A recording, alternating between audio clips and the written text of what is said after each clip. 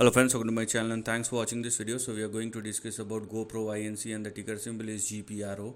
Now this is the overall price chart. So the stock has corrected quite substantially in the last a decade or so, but you can clearly see a fresh uptrend which has just started as far as Gpro stock is concerned, and a fresh momentum with which the stock started moving higher. So this is what we have here as far as our support and stop loss is concerned.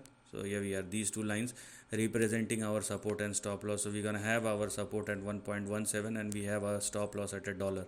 So make sure that this particular stock is not falling below both these levels, otherwise downside may resume once again. So it is mandatory for GPRO to continue to trade and sustain at or above both 1 and 1.7 moving forward.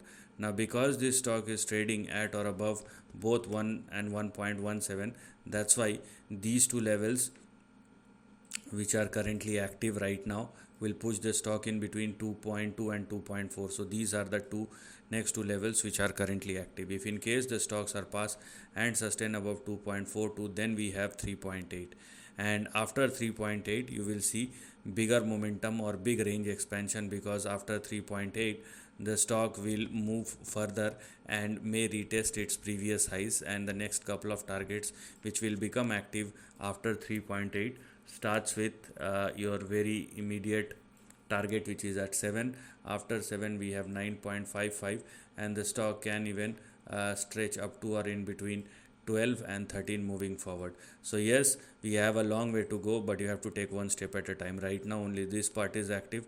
After 2.4 we have 3.8, and then we have this part which will become active thereafter, and these kind of moves are not sustainable. So please keep that thing in your mind. So this is the end of the video. Thanks for watching.